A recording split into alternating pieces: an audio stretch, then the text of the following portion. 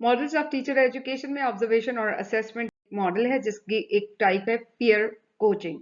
Peer coaching according to Joyce and Showers, ये basically transfer of learning है classroom में। उसको प्रमोट किया जाता है कि लर्निंग कैसे की जाती है क्लासरूम में, कैसे टीचर्स पढ़ाती हैं और टीचिंग लर्निंग प्रोसेस किस तरह से होता है।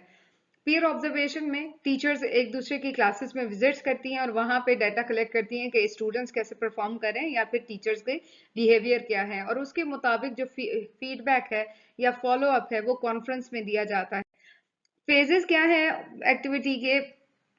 ऑब्जर्वेशन या असेसमेंट मॉडल में? ये देखा जाता है कि जो इवेलुएशन या क्लिनिकल सुपरविजन या पीयर कोचिंग दी जा रही है, वेदर वो क्या प्री ऑब्जर्वेशन कॉन्फ्रेंस के जरिए है, ऑब्जर्वेशन के जरिए है, एनालिसिस ऑफ डेटा के जरिए है, या पोस्ट ऑब्जर्वेशन कॉन्फ्रेंस है, या इसके साथ साथ एनालिसिस के साथ है। तो ये जो प्रोसेस है इसमें ये इस तरह से इवेलुएट किया जाता है कि या तो आप प्री ऑब्जर्वेशन रखेंगे, प्री ऑब्जर्वेशन कॉन्फ्रेंस में आप डिसाइड करेंगे कि किस तरह से आपने ऑब्जर्व किया है, उसके बाद आप डिटरमाइन करेंगे कि आपने ऑब्जर्वेशन के कौन से मेथड्स रखने हैं, और फिर उसमें कौन से प्रॉब्लम्स को आपने हाईलाइट करना है। हंटर रिकमेंड करते हैं 3 पॉइंट्स को, कि बिहेवियर जो कि लर्निंग को कंट्रीब्यूट करे, बिहेवियर जो कि लर्निंग को इंटरफेयर करे, या बिहेवियर जो कि ना तो कंट्रीब्यूट कर रहे हैं ना ही इंटरफेयर कर रहे हैं, बट लेकिन वो अपनी एनर्जी यूज कर रहे हैं अच्छे तरीके से। तो इसमें से आप कौन सा तरीका यूज कर रहे हैं? इस प्रोसेस को जो ऑब्जर्वेशन है उसमें जब भी आप डाटा कलेक्ट करें तो इन प्रोसेस को ध्यान में रखें। पोस्ट ऑब्जर्वेशन कॉन्फ्रेंस में दोनों टीचर्स और ऑब्जर्वर्स रिफ्लेक्ट करते हैं कि किस तरह से लेसन जो है वो शेयर किया गया था, लेसन कैसे हमने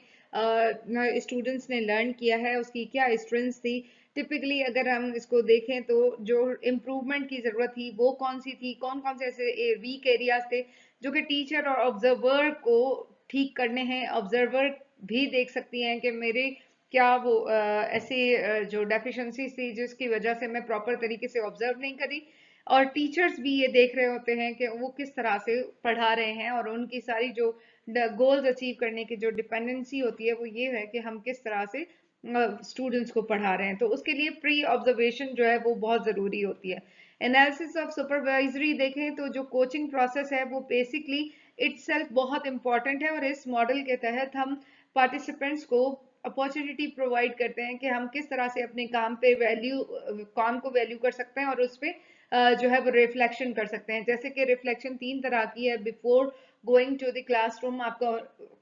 जो रिफ्लेक्शन करते हैं अपने काम पे कि हमें किस तरह से पढ़ाना है, कौन कौन से लेसन प्लान बनाने, और लेसन प्लान में कैसे हमने कौन कौन सी स्ट्रेटजीज यूज करनी होंगी। उसके बाद हम ड्यूरिंग क्लासरूम टीचिंग हम जब भी पढ़ा रहे होते हैं तब देखते हैं कि वेदर जो हम पढ़ा रहे हैं वो उसी तरीके से जैसे हमने प्लान किया है वैसे पढ़ा रहे हैं, या फिर हमें कोई ड्यूरिंग टीचिंग लर्निंग प्रोसेस कोई प्रॉब्लम आ रही है। उसके बाद पोस्ट या आफ्टर क्लासरूम आप रिफ्लेक्ट करते हैं, तब पता चलता है कि जो क्लासरूम आपने अटेंड किया है, जो आपने क्लासरूम दी है, स्टूडेंट्स को पढ़ाया है, उस प्रोसेस में ऐसी कौन कौन सी चीजें थी जिनकी वजह से आपके इंस्ट्रक्शनल गोल्स जो है वो अचीव नहीं हो सके। आउटकम्स क्या है इस मॉडल के? कि इस मॉडल को टीचर्स बहुत ज्यादा एक्सेप्टेड कर लेती हैं। तो इसमें सुपरवाइजर सिस्टमैटिक वे से टेक्निक्स बताते हैं किस तरह से ऑब्जर्वेशन कर सकते हैं। अगर फर्दर इसके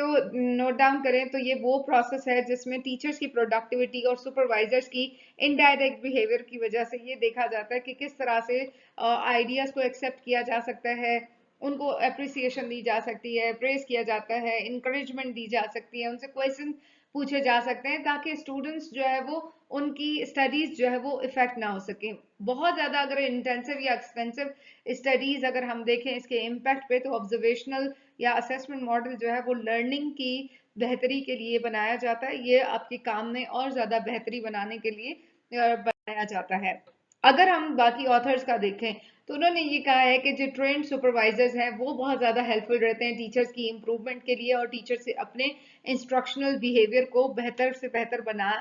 सकते हैं।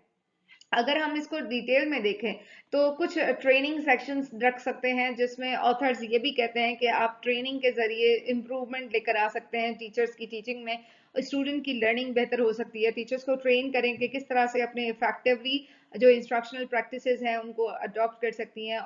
और उनको अंजाम दे सकती हैं। ऑब्जर्वेशंस अगर देखें तो ऑब्जर्वेशन के जरिए आपको आपको कोचिंग भी मिलती है कि आप क्लासरूम में किस तरह से अपने काम को बेहतर बना सकते हैं और स्टूडेंट्स को अच्छे तरीके से मोटिवेट करते हुए उनको पढ़ा सकते हैं, उनके गोल्स को अचीव करवा सकते हैं। अगर हम रिसर्च में देखें तो रिसर्च हमें ये बताती है कि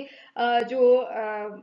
बिहेवियर्स हैं उनको पॉजिटिवली इन्फ्लुएंस करने के लिए अगर आप इनडायरेक्ट ऑब्जर्वेशन या assessment model for staff development use करते हैं तो उनकी जो बिहेवियर है वो अल्टीमेटली चेंज होता है। एक और स्टडी जो कि कंट्रास्टेड करती है डिफरेंट सोर्सेज ऑफ कोचिंग से उन स्पार्क्स ने दी है 1986 में। वो कहते हैं कि जो वर्कशॉप है वो अप्रोच जो है वो पीयर कोचिंग के लिए बहुत जरूरी है और बहुत अच्छी साबित होती है। तो अगर आप वर्कशॉप करते हैं तो उनकी फाइंडिंग के मुताबिक पीयर कोचिंग से जो है वो काफी पीयर कोचिंग इससे बहुत ज्यादा पावरफुल हो जाती है कि जब आप अपने